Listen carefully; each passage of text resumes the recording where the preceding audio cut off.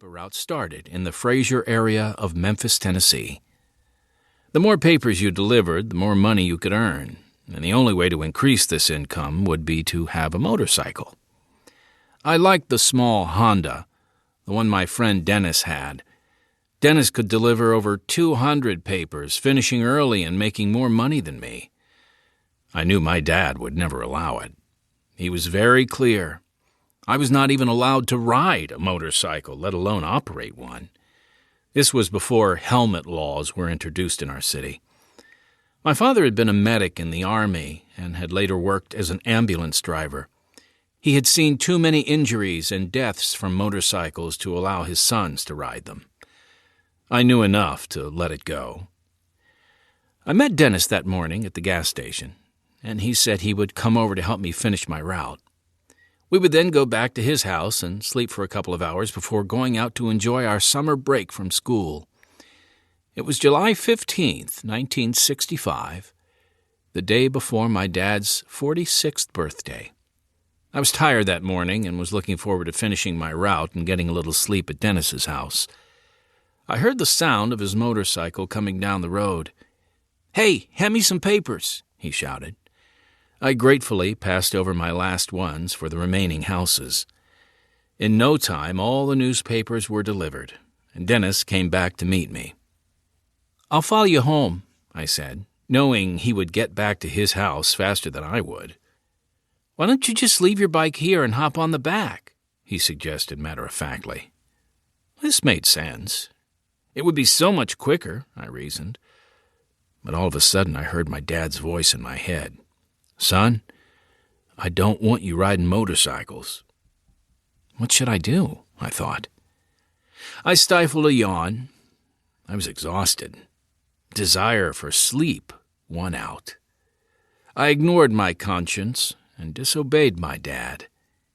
He'd never even know, right? Grabbing my empty bags, I left my bike behind a fence and jumped on behind Dennis as he revved the engine and pulled away. We were nearly home when we saw the 50-passenger Memphis city bus. To turn right onto an intersecting road, the driver had to make a wide, sweeping left turn on the narrow S-curve in the road. As the driver came to our side of the street, Dennis tried to swerve right to get out of the way of the bus. Instead, the motorcycle hit some loose gravel in the center of the intersection and started sliding. As Dennis was slowly braking, leaning to the right to avoid hitting the bus head-on, the back end of the motorcycle where I was sitting rotated closest to it. As if in slow motion, I slipped off the back of the motorcycle, terrified. I was headed straight under the bus and passed out on impact. The back double wheels ran over the right side of my torso, hip, and thigh. The brakes screeched as the bus driver realized a human body was under his vehicle.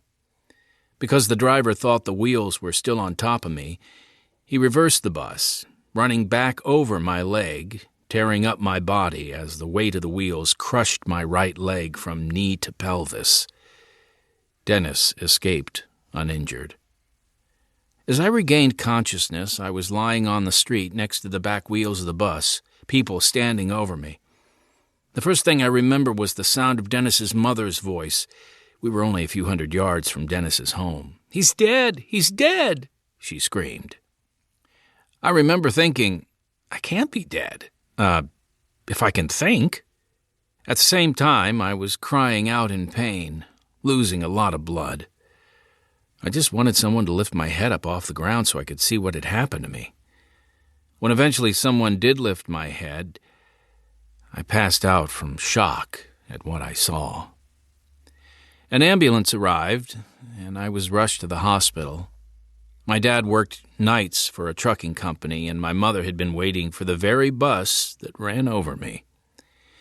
She was on her way to work as a bookkeeper at a wholesale company on Main Street in Memphis.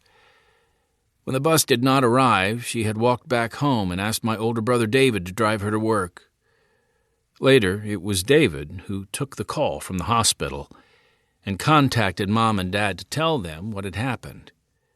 My parents came to the hospital as soon as they received